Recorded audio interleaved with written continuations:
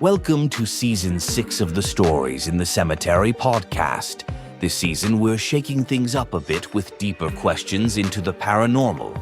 And to do that, your host, April McGirr, has invited the owner of Amen Paranormal Research, Joshua Amen, to be his co-host. To learn more about their studies and articles, visit storiesinthecemetery.com, or you can check out the Paranormal Investigation Workbook or the Paranormal Investigator's Almanac, both available on Amazon.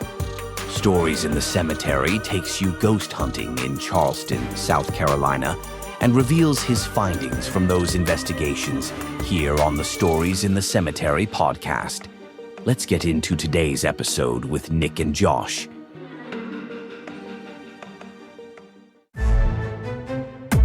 Stories in the Cemetery has a new event. Another ghost hunting adventure, but with a twist. Stories in the Cemetery now offers an Estes method experience where you can experience the blindfolded Estes method at every haunted location visited. Up to 6 ghost hunters at a time, where you will have the opportunity to try all facets of an Estes method experience, including the blindfold test, using virtual reality as a medium, and other necessary paranormal tools to validate the findings. This hybrid quote-unquote tour covers histories not often told through the typical ghost tours around Charleston. So come experience the Estes method for yourself, and let's get blindfolded. Subject to availability of Sundays in May and June 2025. All right, everybody, welcome to Season 6, Episode 61. This will be launching on or around May 23rd. So I am Nick from Stories in the Cemetery, and with me I have... Joshua Amen from Amen Paranormal Research. Look at that new name. I love it. I'm going to have to change the damn intro, Josh. Oh, that's hilarious. You didn't even think of that, did you? That we're going to have to change the intro. So I'm cool with it. Hopefully, by the time this comes out, it will be already at the front side of this episode. So I would have already done the work. But folks, we are going to cover a couple of show notes. We've kind of given you some freebie episodes where we didn't have any show notes. But of course, Josh and I are like in the field heavily, and we want to let you know about some of the things that we're doing besides just a podcast. So first and foremost, I'm always going to bring up tours. I know that I actually put the AI ad at the beginning of every show, but I do an interactive ghost hunting experience every single night. You can head over to storiesinthecemetery.com to see that. And the new tour, Dead Writers of Charleston, has nothing to do with actually using equipment, but all of my research, Josh, really finds some kick-ass stories about dead writers. And of course, I'm a writer. So I decided to piece that together. Those are available as of right now, Thursday through Saturdays. And the next portion, the tees and merch at TeePublic, Josh, you've been pretty ecstatic about some of the things that I've been posting on TeePublic, including obviously your new logo on some tees. I know that the missus has also picked up, one for her as well, a totally different design. But the merch at TeePublic, at this point, at the point of recording, I can't tell you how far back this is, folks. You'll start to wonder what the hell Josh and I do with our lives. But but at this point, we're over 60 designs where obviously it's all geared towards ghost hunting. There's a lot of Stories in the Cemetery logo merch, but there's a lot of other really cool, fun designs. So make sure you're checking that out. That'll be in the show notes. You could check out the link for that. Also, the Stories in a Cemetery workbook and almanac for 2025 should definitely be out by this time. I know I'm going through the struggles now of trying to get it released and having some trouble with the covers. At this point, you can always head over to Amazon for those. That's the Paranormal Investigators Almanac, not affiliated with anything else that's called Paranormal or Almanac. Let's see. Websites. I know for Josh, I know he's building the new branded website, but that will be at amenparanormalresearch.com. So you can find that in the show notes. And you probably found me through storiesinthecemetery.com. You found this podcast that way, unless you were just searching through Spotify. And speaking of which, last but not least on the show notes, we are going to start asking you to hit the 5-star button on Spotify. That will help us push through the algorithm. No need for comments. I'm not even sure Spotify allows you to leave comments. I think Josh, it have does you ever? on the episode specifically. Well, we'll take some of those comments on your favorite episodes. Leave your comments on those, but definitely leave us 5 stars on Spotify. So that was kind of transferred over from Anchor over the past, we'll say 18 months. And I know I had a few things on Anchor, but let's get, some of these stars moved up through Spotify. So Josh, now that I'm a little winded from talking about all the damn show notes, what the hell are we talking about today, man? This is your topic. Lead us in. Well, see, now I'm gonna have to force you to get like over 100 designs made on T-shirts, Ah, like really, really fast now, so wow. people start to wonder how far back we actually recorded. Because This I is want people to true. open this episode. Yeah, I almost want people to open this episode, be like, he said 60, and I want it to like open the T Public. It's gonna be like 100 and something designs. I want to make them really wonder now. I don't want them thinking. So today we're talking about something very interesting. It's called the Philip experiment, and basically it was just a bunch of scientists who got together and decided to create a ghost. So So I know you have some audio to kind of go delve deeper into this whole philosophy.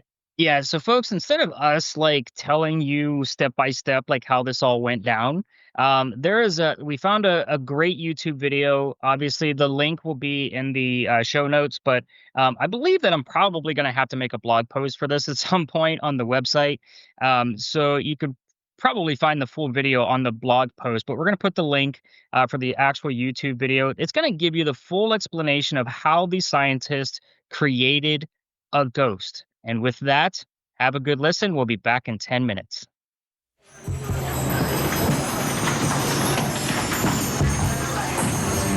An unusual experiment is about to be filmed in the studios of City TV in Toronto. The stars of this show are 8 people sitting around a table. Off to the side on a raised bench are 3 men observing the experiment.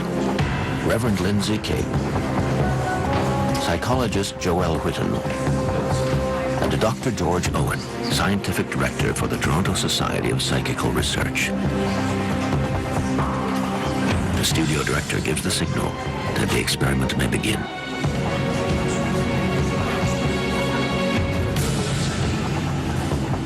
The participants lay their hands flat on the table and begin calling out a name.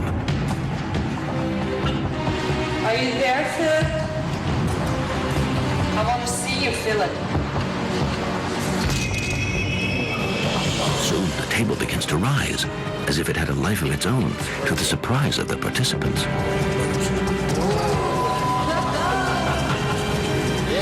Shortly afterwards, it seems that Philip no longer wishes to remain in the middle of the room.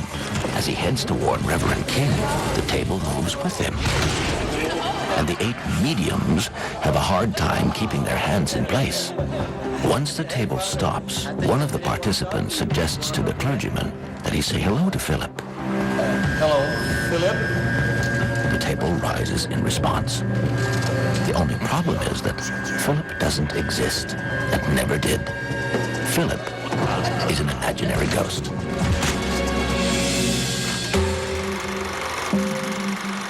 In the fall of 1972, Dr. George Owen, director of the Toronto Society of Psychical Research, came up with a unique experiment. George Owen was a mathematician and geneticist. He studied at Cambridge University in England. He also had an interest in poltergeists. With the assistance of 3 men and 5 women, who had no particular gift for communicating with the spirit world, Dr. Owen conducted one of the most significant experiments in the field of parapsychology in the 20th century. They created Philip, the imaginary ghost. Philip the Imaginary Ghost was an attempt by the Toronto Society for Psychical Research to prove that paranormal events could be created without the help of spirits from another plane. Instead of assuming that all physical manifestations were caused by the spirits of the deceased, as spiritualists claimed,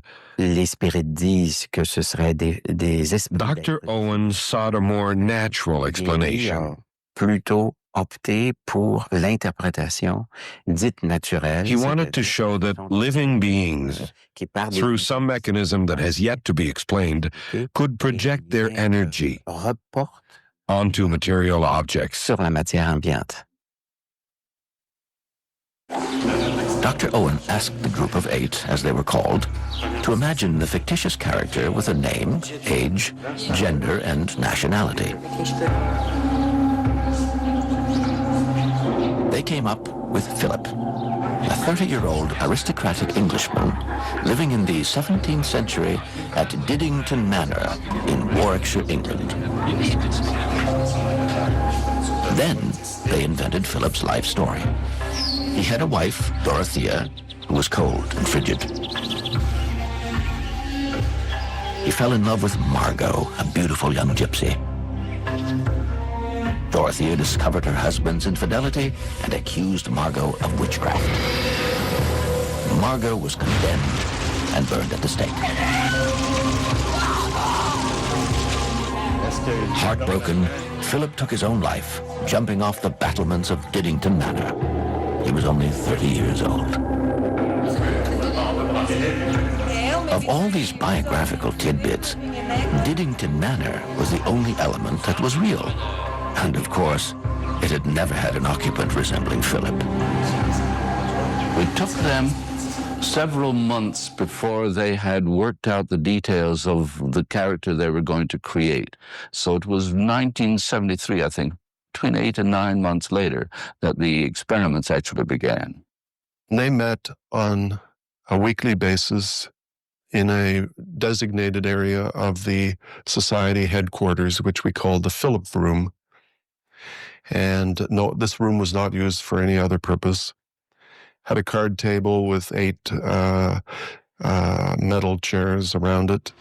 And they met once a week for a period of well over 10 years.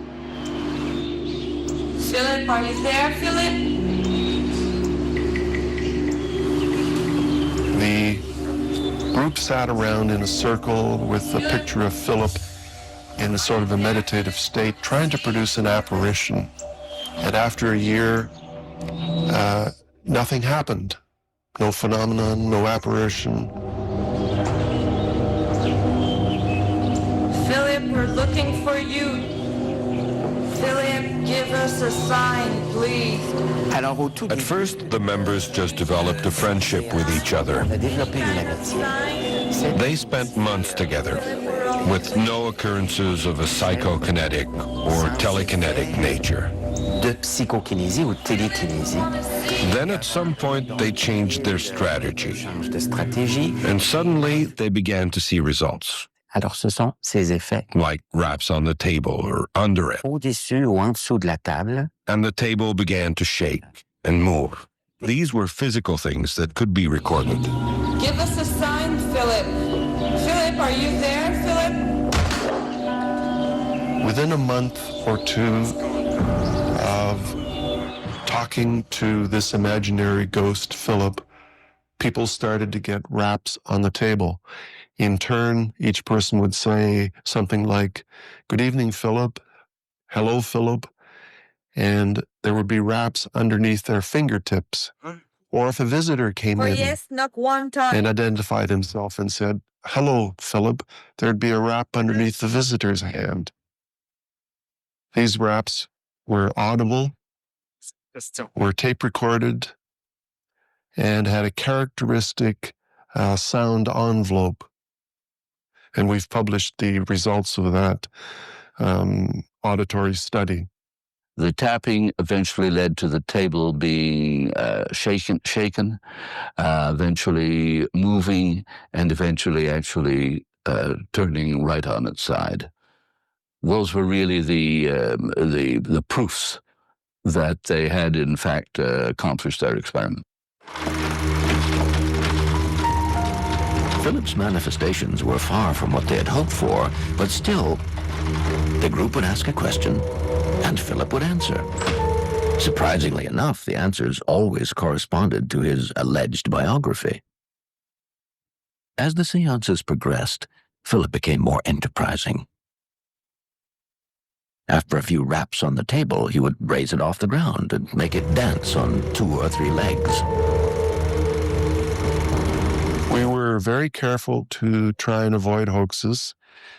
On several occasions, we had what are called doily nights, where we would put doilies, paper doilies, under the hands of the members. And if they tried pushing the table, the doilies would simply slide across the table. So clearly the table movements were not caused by anyone pushing it. And the cameras, when we had those opportunities to videotape it, it was clear that, say, 2 people sitting on opposite sides of the table, if they both lifted their knees, might lift the table up. It was clear that that was not happening either. Philip, are you there, Philip? Encouraged by the astounding results, other groups around the world tried the same experiment with other imaginary characters. The results were all basically the same. They told themselves they had found the magic formula. A mix of spontaneity combined with weekly meetings and an experimental framework. They thought this was the secret to being able to produce this kind of phenomenon at will. But they realized that this strategy alone was not enough. It also took a lot of tenacity on the part of the members. It would appear that the hereafter is not the only explanation for manifestations of so-called spirits. However, it's been nearly 30 years since the original Philip experiment, and parapsychologists are still just as puzzled now as they were back then as to what was producing these manifestations. It is interesting that the scientific community has never followed the Philip experiment, or indeed many other experiments of a similar nature. Why, I can't answer. I myself am fully convinced that there is a level of psychic ability that is obtainable by us if we knew how to reach it. Also, let's face it, the scientific community is always a little behind the human experience. And I don't think it's any more profound than that, really. Whether you approach this from the spiritualist angle or the parapsychological angle, it's impossible to come up with scientific proof, because that proof requires that you not only be able to observe the phenomena and reproduce them at will, you must also come up with a theory to explain the phenomena and predict when they will occur. So since that wasn't possible in this case, the matter is still not settled. All right, so we are back. Thanks, guys. Again, I know that was maybe a little bit too much information, but Josh and I are here to kind of like really dive deep into this whole Philip experiment. So Josh, kind of lead us in, because you found some other experiments that were done in the same vein, but I think we really need to break it down of who Philip was and maybe why this was done. So what do you got? Like, hit us with some of your research. Yeah, so we're starting with the Philip experiment and kind of branch it from there. So we have Dr. A.R.G. Owen, who brought together a group of 8 people. It was an industrial designer, an accountant, a housewife, a bookkeeper, a sociology student, and a psychologist, Dr. Joel Witten, who just kind of observed as they conducted this experiment. So they hypothesized that you could create a spirit, that poltergeist activity was the all-encompassing activity. So any activity you experienced was a poltergeist haunting caused by an individual. So now, basically what you're saying is that this ghost was manifested, like truly manifested, through the willpower of these 8 people. Correct. And they specifically chose these 8 people because they said they had no kinds of psychic powers. Again, no psychic powers whatsoever. Never had an inkling that they had any, never had anything weird happen to them. They got the most average Joe people you could out of their group, which is the Toronto Society for Psychical Research. They grabbed the 8 people that were just like, okay, well, you're here because you're not very special and you're just interested in it. So no woo-woo people. Exactly. So they plucked them out, put them in this group, and said, this is what you're going to do. We are creating a person. So they gave him the name Philip Aylesford. So Philip was an aristocrat, Englishman living in the middle 1600s. So they created this entire lore around this man. Again, never existed, not a real person, not even based on anybody. And it's really interesting to think because they really just like put this guy together. Supporter of the king, Catholic, married to a beautiful but cold and frigid person that they named Dorothea, the daughter of a neighboring nobleman.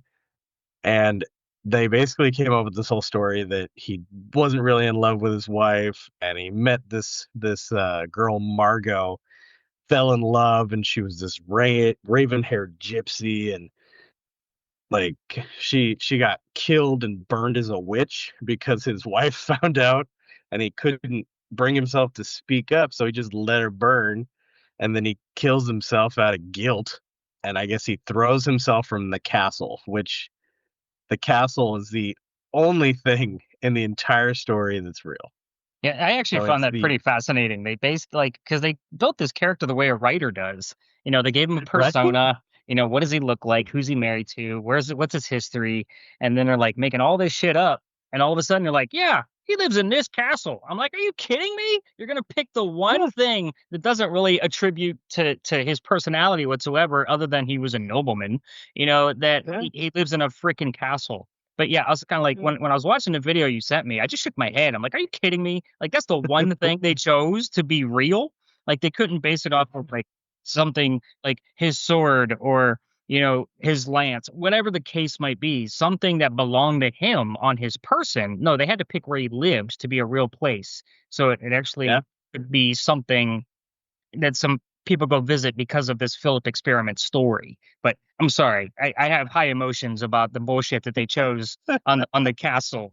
Like when when I was watching it in the middle of the night, I was kind of like trying not to wake up the wife because I'm like shaking my head, going, "Are you fucking kidding me?" Like that was the kind of shit that's going on. But yes, It gets please, so much worse.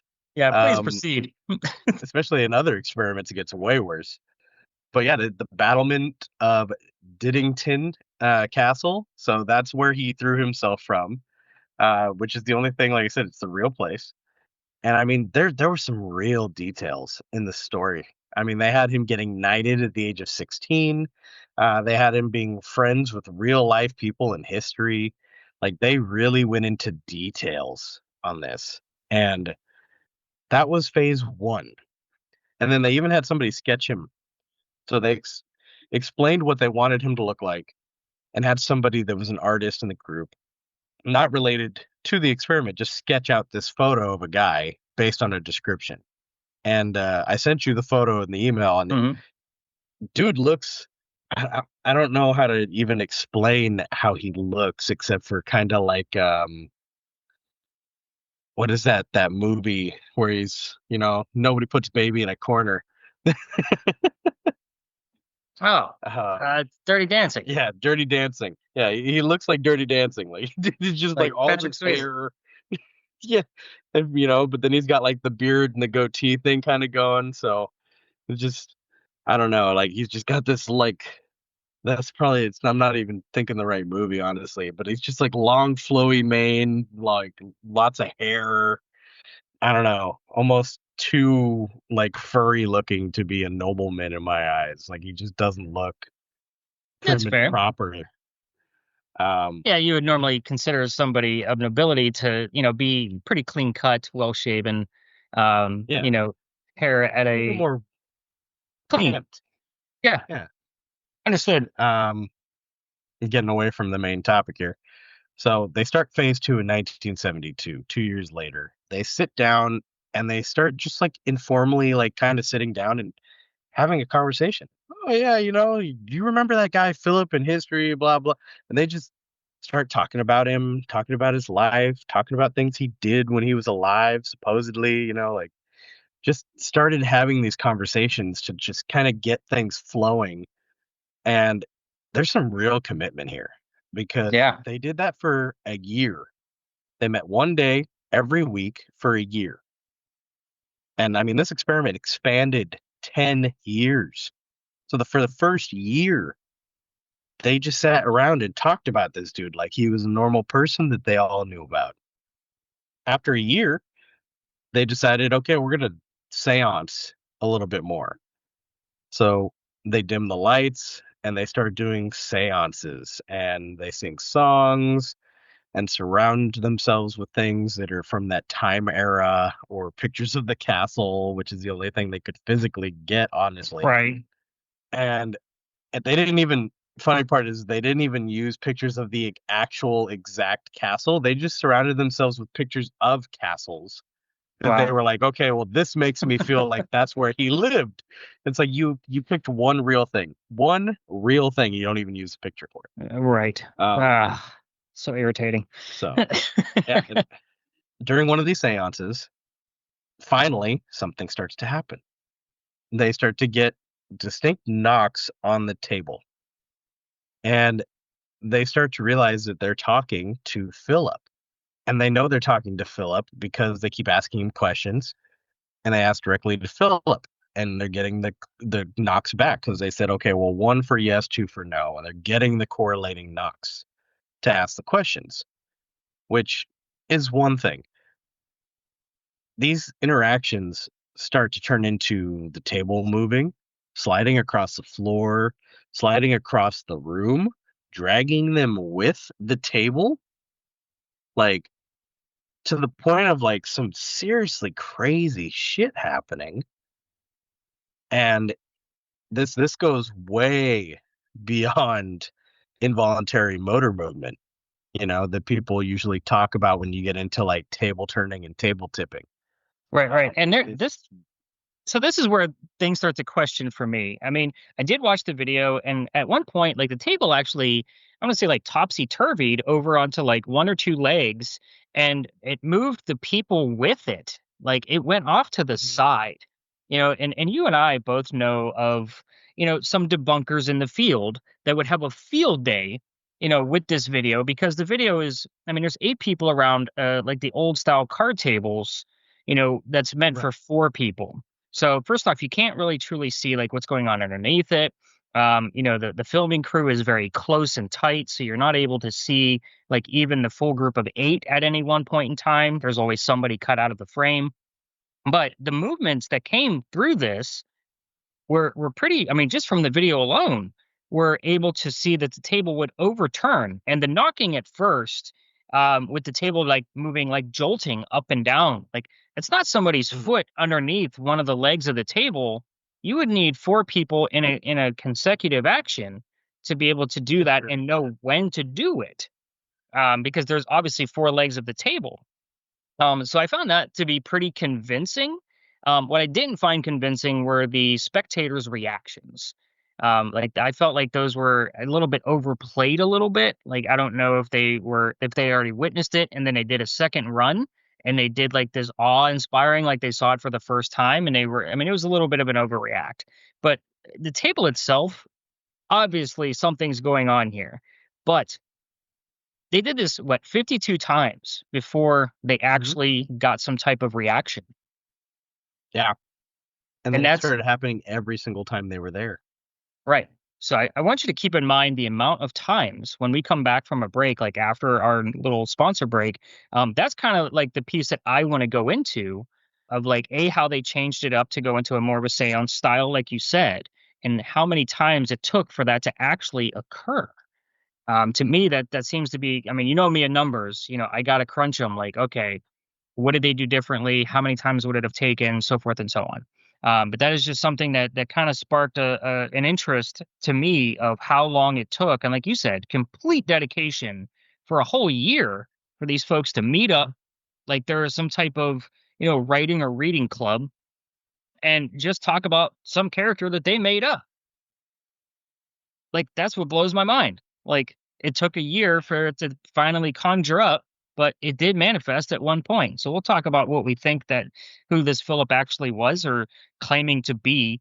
Part of that is after the break. But this first half, I want you to continue with because there were other pieces that were similar to this experiment. So who is our next one?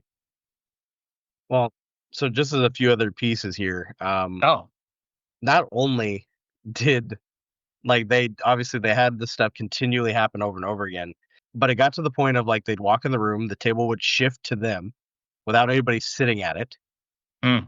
and the table would just like walk its ass across the room to come to them. The lights would dim on their own, like everything would be set for them as they walked in. So it's almost like he knew they were there and he set everything up, because he wanted to talk, he wanted to interact, and they also could not get any information out of him that not somebody at that table knew. So if someone at that table did not know that information and they asked him a question, he could not answer the question. So it's like his knowledge was centralized to who was in the room and what they actually knew. So he could answer nothing beyond their realm of knowledge. So none of their character build, like, because when I build a character for a fiction story, I have like charts that I follow. What do they look like? What's their triggers, so forth and so on. And it's probably a good 3 to 5 page document that I create for each character. And that's a pretty common practice when creating a character, at least in the writing world. And I'm just wondering if they had any of those character analysis worksheets, posted somewhere in between their pictures of castles that he didn't belong to.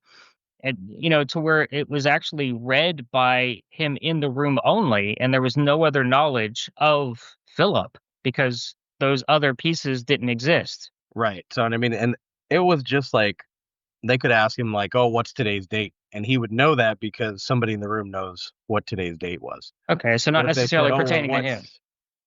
Exactly. So, but if they said, hey, what's the latest, model of aircraft or something, or if they asked a question that somebody at the table did not know the answer to, he had no explanation. But if they said, hey, what's this guy's name, and everybody knows his name, he's like, oh, I know his name. He knew the information that was readily available to him from the people sitting there, but that was it. That was the extent of his knowledge. But his ability to move things, interact, seemed to be limitless.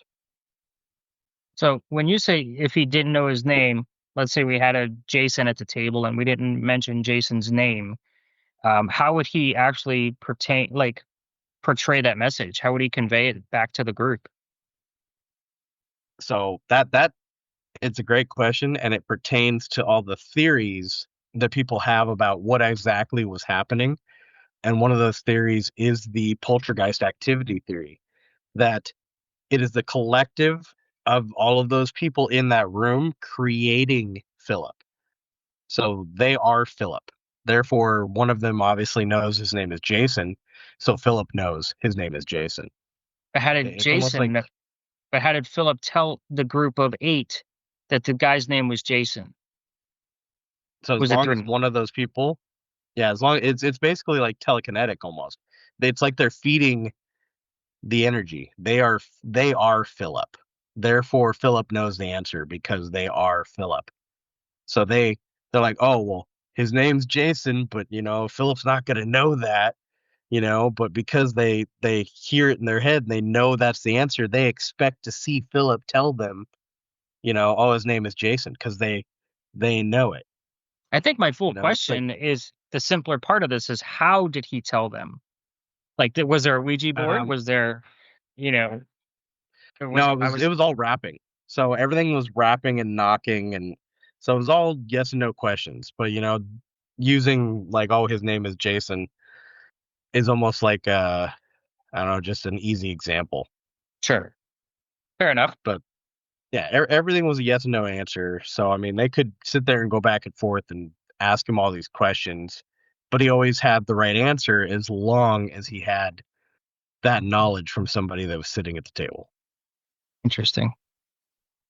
This obviously, like I said before, expanded into other experiments and projects to manifest and create spirit. So, I mean, you had a couple of examples. So, what's our next one? Because I think you said the next one is a little on the what's the word? I don't want to say inappropriate side, but It's definitely a like WTF moment.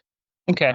And I mean, there was plenty of other projects that came off of this after people saw Toronto, the organization, come up with this and see it actually come to some kind of end result.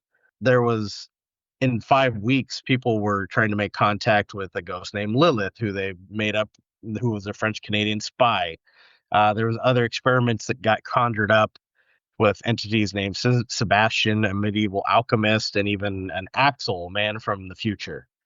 And all of these people were completely fictional, but they all produced some kind of communication. The one that we're really going to go into the next here is a really kind of messed up one called the Skippy experiment, which had the next best technically that we know of results, because they have never posted any of these results anywhere for somebody to corroborate. And the Skippy experiment, it really is. It's a W2F moment. It's like, okay, what the hell, Australia? So Sydney Australian group, they come up with this little girl, Skippy Cartman, which is the weirdest name I've ever heard. Is she on South Park? Cartman? Right? Yeah. So she's 14-year-old Australian girl. And her story is really messed up. So this is definitely one of those darker pieces of the podcast. I wouldn't have, I mean, parents are parents, but I wouldn't want my child listening to this version of the story. So this 14-year-old girl in their story was having an affair with her Catholic school teacher. They got her pregnant. And when she told the teacher, name Brother Monk, this is the name they gave him, so real creative, that she was pregnant, he killed her and strangled and buried her under her parents' shed. He moved away, and the body was found a year later. And because nobody knew of anything and he had moved away, he got away scot-free without ever being even, looked at. So not only did they come up with a really messed up story, but they didn't even give it an ending where the guy got convicted. Well, so I mean, I guess who's the ghost in this one? Is it Skippy or is it Brother Monk? It's Skippy. So technically, according to the story, Brother Monk just lived a happy little life later on. Nothing bad happened to him. Brother Skippy sounds like a damn good rock band name. I don't know about you, but Brother Skippy works. Like, I like it a lot. I don't know why. It just kind of makes me chuckle. Hi, I'm Brother Skippy. Sorry, I kind of combined the names there because you almost said Brother Skippy together, and I'm like, hot damn, I got to make a joke here. Like, Skippy Cartman. We're gonna have so many angry people with us at some point. We're gonna make so many bad jokes. I don't think so. I think the audience likes it. That's why they keep coming back. But I mean, you're right. I think this is kind of like a WTF, but we also have to remember, like different cultures have different values on things. Her being 14 years old in a fair, I think is a little extreme for, American culture. But getting pregnant at 14, I mean, that shit does happen, dude. Oh, yeah.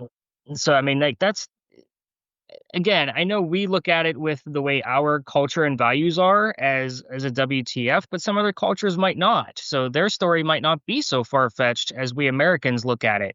We just look at that as an extreme, like, horror movie, kind of mentality. Really bad names in that horror movie, but I mean, literally waiting for like the next. Yeah, it's like this is like ready to turn into the next horror movie.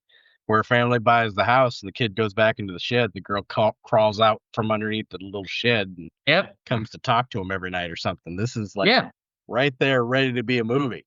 Yep. So, I mean, it is another. So you said there was no, as far as documentation of this, like there's no evidence of this experiment actually working from the Sydney, Australia group.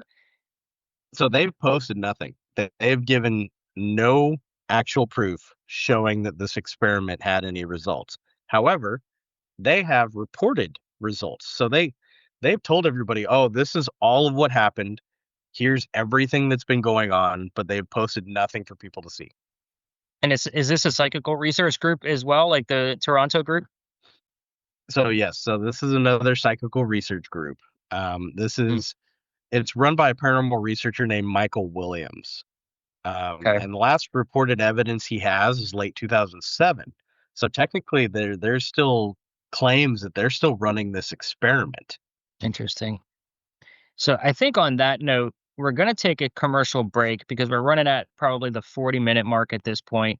So folks, we're going to take a quick sponsor break and we're going to come back with something a little bit more recent.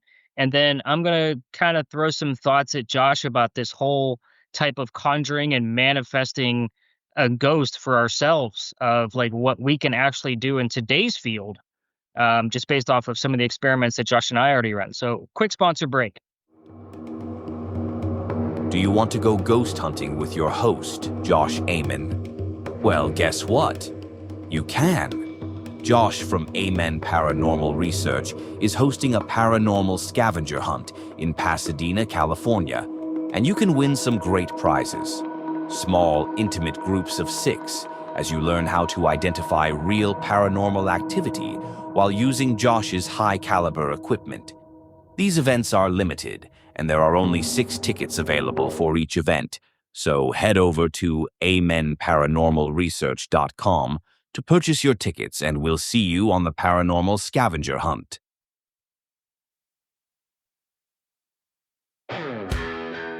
Hey bearded ghost hunters, are you taking care of your beard with all natural products? The Magnanimous Beard Superstore has everything you need from beard oils, shampoos, beard butter, beard balm, and so much more. You can have any of their products scented with one of their amazing 45 scents. Head over to www.yourbeardsuperstore.com and use code GHOST at checkout to receive $5 off your order. Both Nick and Josh use these products daily, and our beards look and feel great and smell great too. Head over to yourbeardsuperstore.com and use code GHOST for your discount on these magnanimous products. You won't be disappointed.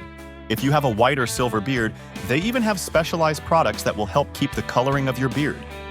Use code GHOST at yourbeardsuperstore.com. This ad is Zeus approved.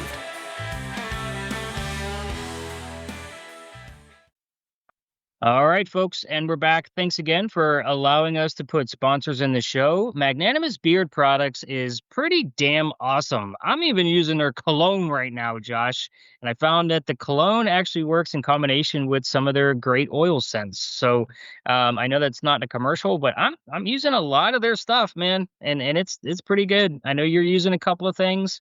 But again, make sure you guys are checking out the yourbeardsuperstore.com and just use code GHOST. And you'll get some discounts. So back to our topic of the Philip experiment and the others that have spawned from this grand experiment of a man with a realistic castle. So Josh, you have one more example, something a little bit more recent that people will probably have heard of, especially if they've been following you, because I know you've mentioned this before. Have you done a podcast episode on this? No, I was planning on it. I was planning on doing it. I'm still not sure if I'm going to do that or if I'm going to do another topic, but it will more than likely end up part of one of my podcasts at one point because it is such an interesting topic. I'm actually going to be converting some of my Cryptid States videos I did from TikTok into podcast episodes. So that's another thing I'm going to be working on. So don't leave the audience in the dark. Who's the topic? What's the next experiment? So the next one isn't so much an experiment as it is a real world application of this accidentally. So a man named Eric Knudsen, also known online as Victor Surge. So this is where people will start to pick up bits and pieces here. He created the legend in 2009 on June 10th of something as we all know as Slender Man. Slender Man. And all he did was he went on a forum, an online forum, and this is something people aren't going to be as privy to because online forums were they're not a thing now like they were when, in the early 2000s. Right. But he went onto this forum called Something Awful and took part in a Photoshop contest. And he Photoshopped the character Slender Man into 2 photos. And all they were supposed to do is Photoshop. That was it, and post the photo. He went a step further. Under the first photo, he put subtitle. We didn't want to go. We didn't want to kill them. But its persistence, silence, and outstretched arms horrified and comforted us all at the same time. 1983. Photographer unknown, presumed dead. And under Interesting. Yeah. And then he did it again under the second photograph. One of 2 recovered photographs from the Sterling City Library blaze, notable for being taken the day which 14 children vanished, and for what is referred to as the Slender Man. Deformities cited as film defects by officials. Fire at library occurrence 1 week later. Actual photograph confiscated as evidence. 1986, photographer Mary Thomas, missing since June 13th, 1986. So he created a storyline to go with these photos, and it just blew up. Like, this is one of the first real events where you get to see the internet take hold of something and blow it out of proportion, especially in the paranormal community. So this reminds me, and I'm going to intervene here just because of the quotes that were put underneath these photographs. In the writing world, and especially, during my college years, this was commonly used as an example of how every word matters. And they gave the shortest story ever. Baby shoes for sale, never worn.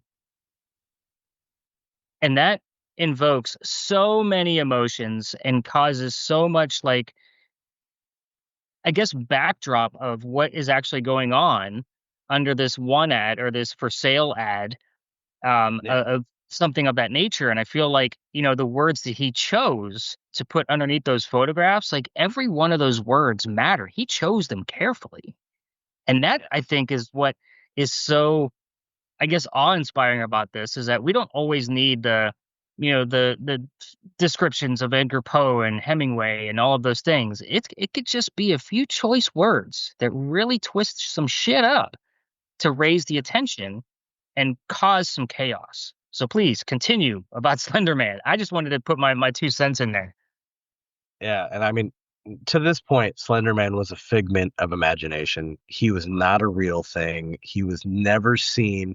I mean, there's articles that go back into like, oh, well, in this ancient civilization, they reported Slender Man. Nobody has ever reported him. He's not real. And that's what makes this so, like, interesting and terrifying all at the same time. Because, like I said, the internet took this by storm. It got way out of hand. It went from some little side project this guy did to win a contest into so many other things. And I mean, after this, people started seeing sightings. It went viral. They created fan pages for this thing. I mean, there's still a fan page you can go onto, and you can type things in and talk to Slender Man, and like scary images come up on screen, and like there's movies about it. Like they've taken this so far beyond, it's ridiculous. So have there been actual sightings after this Slender Man was created? Have there been other sightings by people with photographs or video evidence? I mean, is this another manifestation? So yes, so there is. There's people who have sighted him. There's people that have taken photographs of him, and some of the more disturbing things Waukesha County, Wisconsin, May 31st, 2014. Two 12-year-old girls, Morgan Geyser and Anissa Wire, take their friend, Peyton Leutner, into the forest and stabbed her 19 times. And they said that they were going to play hide and seek. Somehow this girl survives. They went for her arms and legs more than they did like her torso. She drags herself out to the road. Somebody picks her up, gets her to a hospital.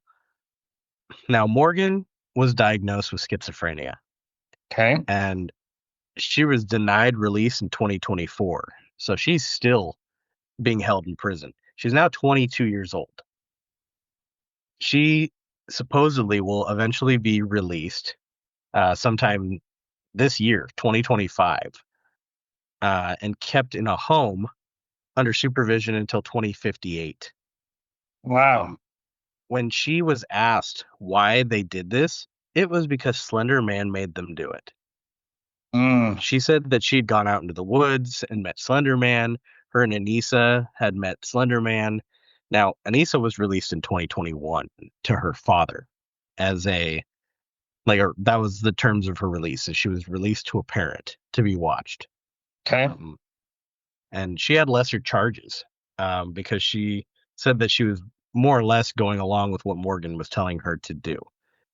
But like Morgan, even schizophrenic, like she believed he was real, believed he was there, believed that this was like, I was told to do this by this entity that doesn't exist and it has never existed. Now, they said that they were picked up like right after this incident. They were traveling by foot to meet Slender Man at his home, which they said was called Slender Mansion, in the Nicollet National Forest, 200 miles away from where they were picked up. So, like during the interrogations, they were unfortunately not done with a guardian or parent. Of course not. Why would they do that? Bad police force. So they said that Geyser was described as displaying no empathy. Morgan had no empathy whatsoever. And Weiner was described as displaying a lot of guilt. Like she was very guilty. So right from the get-go, you could see there was something up. They both stated that the attack was necessary because they needed to appease Slender Man. They said he was unnaturally tall, white, featureless face. And I mean, it's the same picture we all see. Black suit, white tie, black shoes. Literally like this just tall, slender man with no face, no hat, no nothing, no features. And he has some tentacles that come out of his back. So this goes even further because the mythos has turned into so much. People say that he causes amnesia, bouts of coughing, paranoid behavior. This is actually called slender sickness. What? So, and it goes even farther. Like this continues on into so much more. I mean, Creepypasta got hold of this and it just kept growing. And that's where most of his backstory comes into. And I mean, this isn't the only isolated case for this either. So there's a second Slender Man inspired attack on June 5th when a 13-year-old girl from Ohio swung a knife at her mother while wearing a white mask. So she was running around with a white mask on, swinging a knife at her mother because she was, because of Slender Man.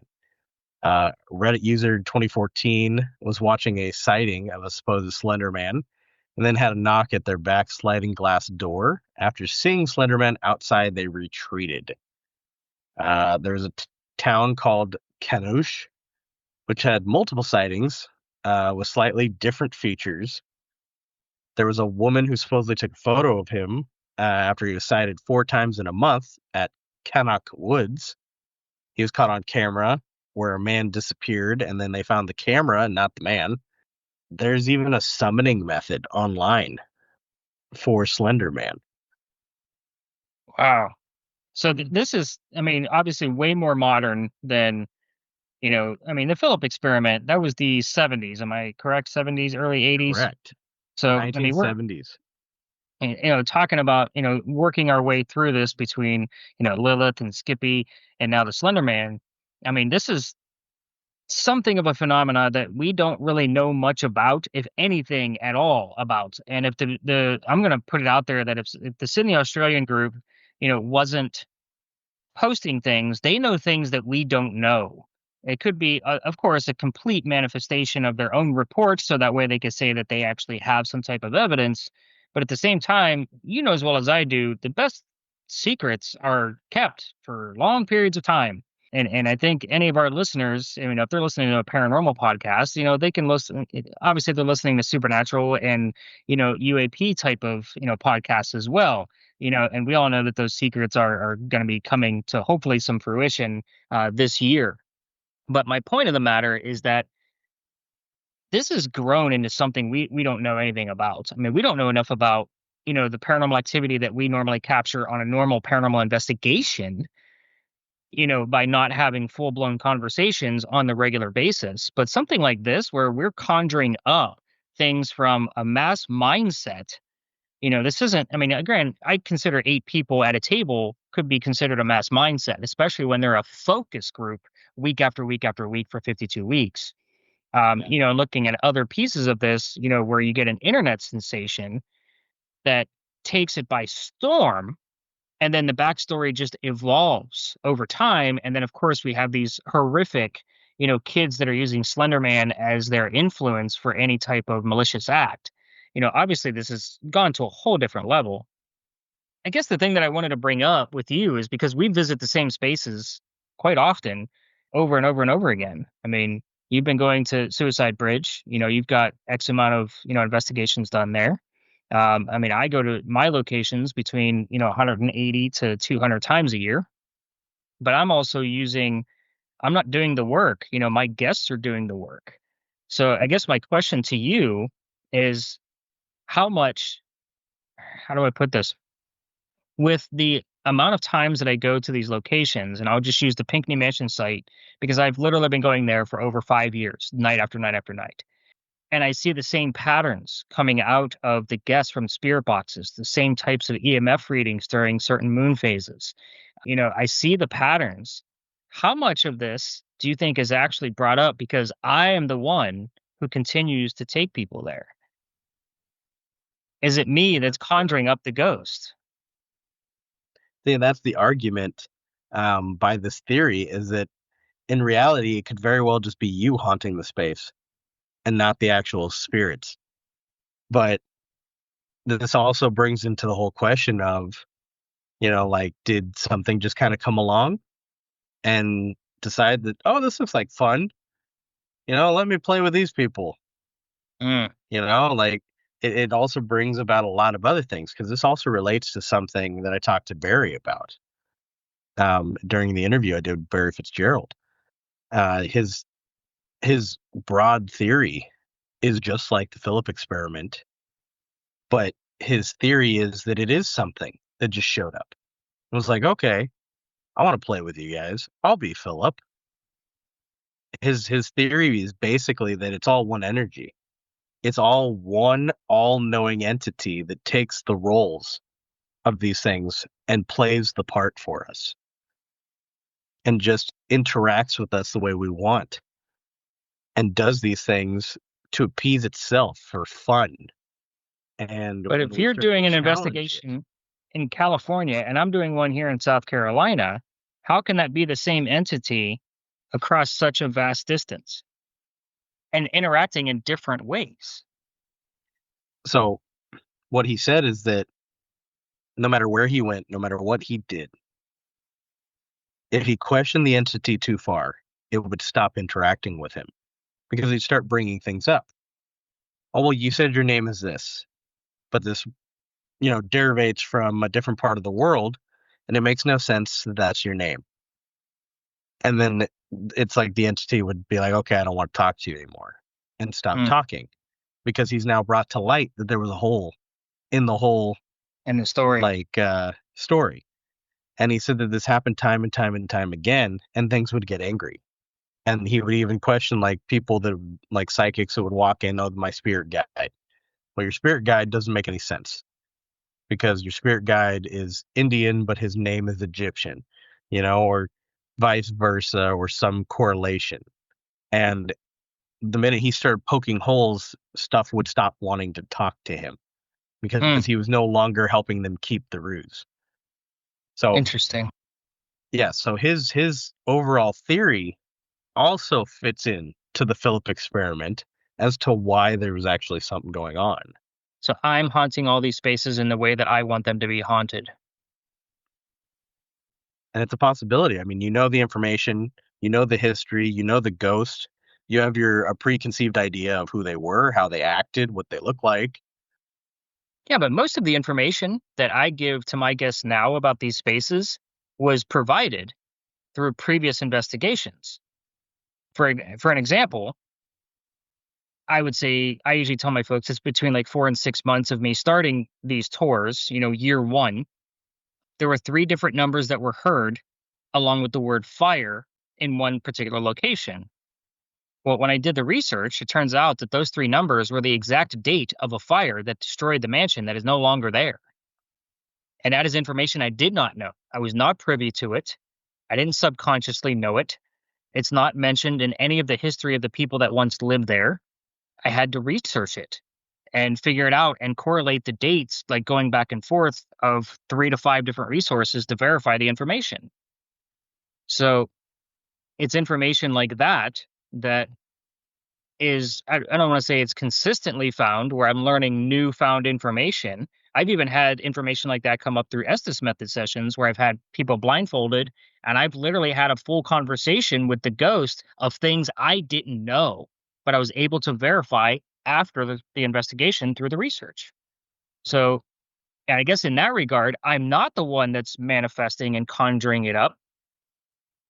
And I don't believe that my folks would be either, because we all know that I use the Estes method as a controlled experiment where the people sitting and blindfolded know nothing of the ghost, nor the history of the space, to even verify anything that they're even saying. Right. And this obviously contradicts that whole conclusion he has. But it all brings to light some very interesting topics. Like there's a lot of people working on a lot of different theories in a lot of different ways. And some of these experiments that have been done really make us stop and think about some of the stuff. I mean, it shows you how easily, somebody can put an idea in front of you and it automatically becomes a reality. I mean, the whole Slender Man thing, it just mind blowing. Yeah. How much has come from this. I mean, they even have, and this is probably one of the most interesting facts I found about all of the Slender Man lore, is there's something called sigma radiation. So sigma radiation is supposedly what makes people sick and gives them the slender sickness, and is somehow emitted from Slender Man. So there is no such thing as sigma radiation. However, sigma is the Greek sign for radiation, and it relates to the theory of Stefan Boltzmann, called the Stefan Boltzmann constant, which is a real value that relates to thermal radiation emitted by a black body. So they took something that's a real scientific term, and made it to where it relates to, because I mean, Slender Man, black body, right? Radiation, I see where they got it, emanating from it. They really did do some linking things together and created this sigma radiation. And it almost sounds like some brain rot middle school shit you're saying right now. It's sigma radiation. It really, I need to put that as a hashtag on the episode. Sigma radiation. Brain rot. But dude, it's insane. This is such a heavy topic. So heavy. We could probably go on and on and on about this and the different theories that could go on behind it. but I hate to say, like, we're gonna wrap this up just because my brain right now is rotting from all of this information. There is just so many theories that can go into this. But I think this is enough information for the audience and listeners to leave some good notes and questions for us in the comment section of the episode. I mean, we've covered a lot here. I know I posted, we're going to be putting the audio from the YouTube video into this. And of course, a lot of research. I guess this is the start of your research, listener. If you're really going to dive into this, Josh covered a lot of shit that has evolved from the Philip experiment. And then, of course, I proposed some questions of things that could either oppose it or to enhance it. Now, the enhancing, as a writer, I'm always looking to create that short story by choosing every single word carefully. I could probably do that with every one of my novels, and they would be less than 50 pages if I literally just put in the exact portion without the detail to be there and allow the reader to come up with their own type of scenario behind it. And that's what would make it real for them. And I think my novelettes do that. But point being, Josh and I could probably one day come up with, I mean, he knows a lot about cryptids. Obviously, I know a lot about character building. We could come up with something and y'all would never know it. I would put up the little blurb underneath the photograph of whatever we kind of come up with, and see how far it would actually go. I think Josh and I are both pretty clever to where we could test this experiment for ourselves. But if you come across something new, you'll have to second guess of who actually started it because we'll never tell. Best kept secrets. So, reminders again, folks. I guess, Josh, any final points on this that you want to say about this and how it's evolved before I wrap this one up? I want to leave the listeners with this. If you decide to go out into the woods in the middle of the night, don't go carving circles into trees and putting X's in them, because you may just decide to summon Slender Man. Oh, look at that, folks. A little bit of summoning at the end of an episode. Oh, wow, this one's heavy. So heavy. Could be dark, could be light, could be a lot of things.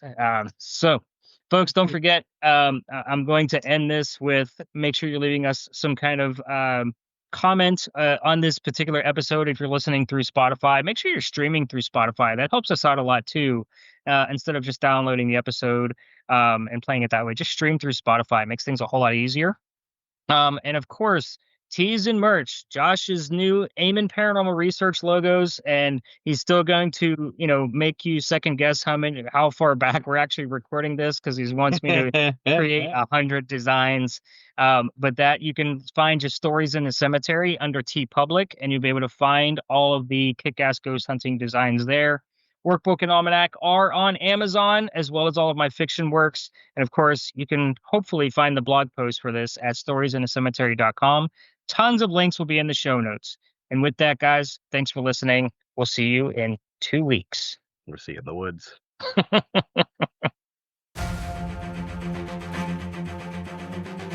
Is it on your bucket list to go ghost hunting with real paranormal equipment like you see on your favorite paranormal TV shows?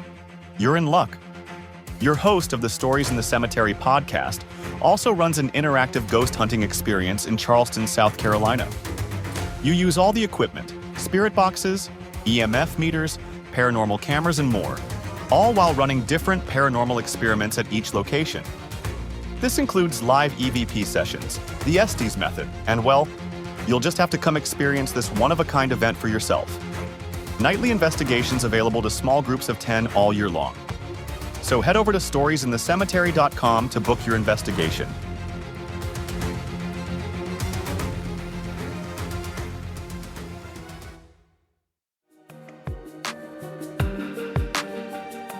Thanks for listening to this episode of the Stories in the Cemetery podcast. You can follow your host, Nicholas McGirr, on most social media platforms under the name Stories in the Cemetery. If you'd like to follow co-host Joshua Amen, you'll find him under the name Amen Paranormal Research. Be sure to check out the show notes for any links to specific articles written by your hosts and all the references used to create this episode. Happy hunting. We'll see you on the next episode of the Stories in the Cemetery podcast.